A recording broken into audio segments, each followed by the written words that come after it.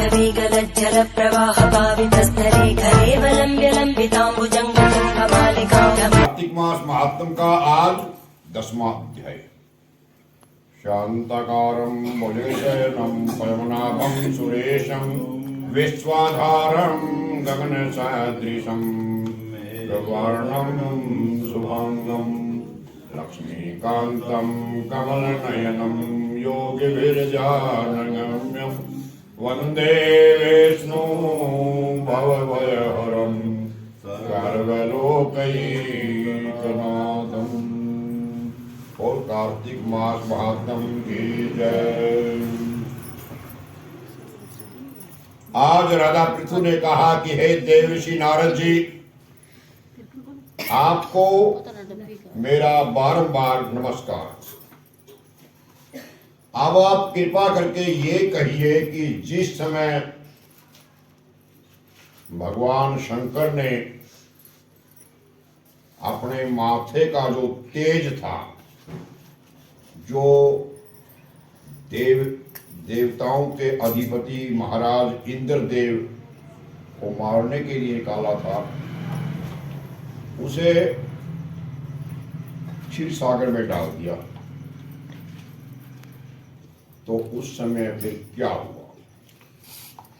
नारद जी ने कहा, हे राजन, भगवान शंकर जी ने अपने तेज को क्षीर सागर में डाल दिया, तो वो शीघ्र ही बालक होकर के गंगा सागर के संगम पर बैठ करके संसार को भय देने वाला रोने लगा। इतना बड़ा रुदन, सारा संसार भी डर गया। ऐसा कौन रोने लग गया? उसके रुदन से समस्त संसार दुखी हो उठा।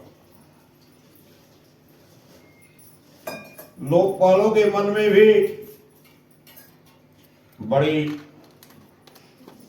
व्याकुलता हुई।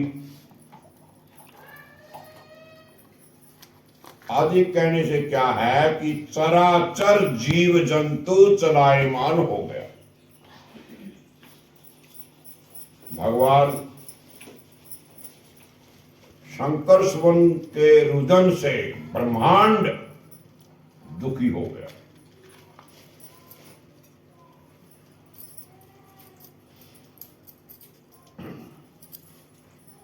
समस्त देवता, ऋषि मुनि बड़े ही व्याकुल होकर के भगवान पितामह श्री ब्रह्मा जी की शरण में गए। सभी ने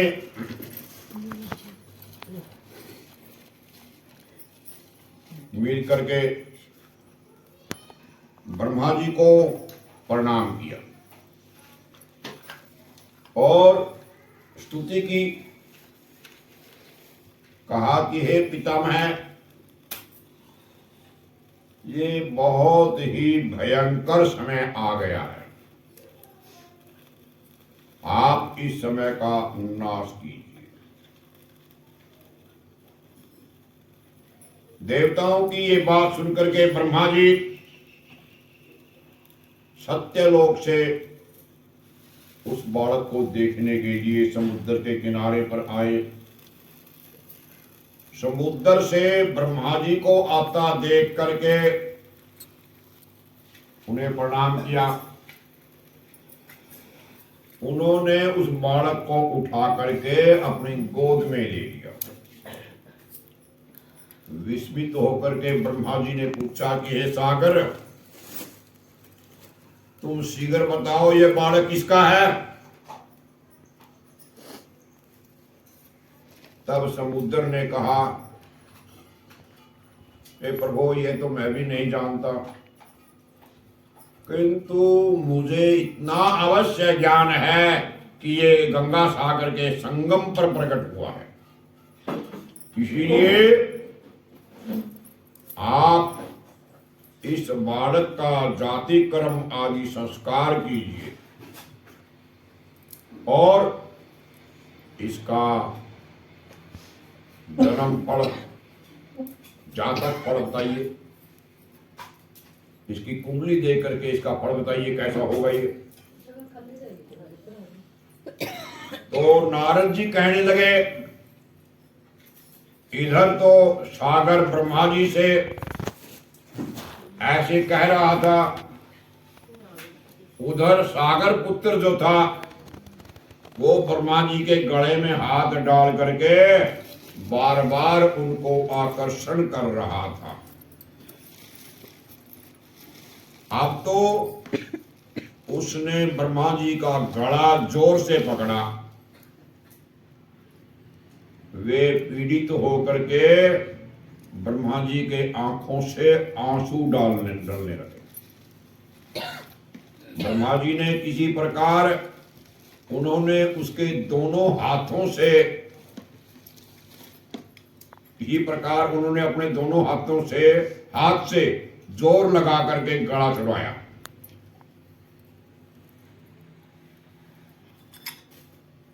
ब्रह्मा जी के आंखों से जल बहने लगा, आंसू आ गए और उसने कहा ब्रह्मा जी ने सागर से कि सुनो, मैं तुम्हारे पुत्र का जातक फल बताता हूं, मेरी आंखों से जल निकला है, इसी कारण इसका नाम जलंधर होगा। ये पैदा होने के साथ ही जवान हो जाएगा, बचपन नहीं होगा, इसमें बाल्यावस्था नहीं आएगी इसके पास। इसे ये सारे शास्त्रों का भी पारंगत महापराक्रमी महावीर जवान रण दुर्गम, यानी किसी से भी ये रण में नहीं हारने वाला, सभी दैत्यों का पारंगत भगवान विष्णु को जीतने वाला होगा। ये कहीं भी नहीं हारेगा, कोई इसको हरा नहीं सकेगा। एक भगवान शंकर को छोड़ करके ये सबसे अवस्थ होगा, क्योंकि जहां से ये पैदा हुआ है फिर ये वहीं ही जाएगा। और इसकी पत्नी, जो इसकी धर्म पत्नी होगी, वो बहुत बड़ी पतिव्रता होगी, बहुत सौभाग्यशाली होगी, सर्वांग सुंदरी होगी, बहुत सुंदर होगी, परम मनोहर, मृदु भाषणी, मीठा बोलने वाली, शील की सागर हो। नारद जी ने कहा कि हे राजन, सागर से ये कह करके ब्रह्मा जी ने शुक्राचार्य को बुला करके बालक का राज्याभिषेक करा दिया और फिर ब्रह्मा जी अंतर्ध्यान हो गए। अब तो उस बालक को देख करके सागर बहुत प्रसन्न हुआ, कितने ही उपाय से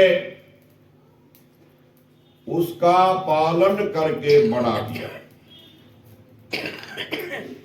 फिर कालनेमी नामक राक्षस, कालनेमी नामक असुर को बुला करके उसकी वृंदा नाम की पुत्री से उसका विवाह करा दिया। अब शुक्राचार्य के प्रभाव से वो दैत्यों पर, राक्षसों पर राज करने लगे। सभी देवता उससे डर के मारे भगवान की शरण में गए और भगवान से प्रार्थना की। श्री हाड़ महीने के पहले दूज आने भी जोड़ा डमड्डमड्डमन्निनादमड्डमर्वै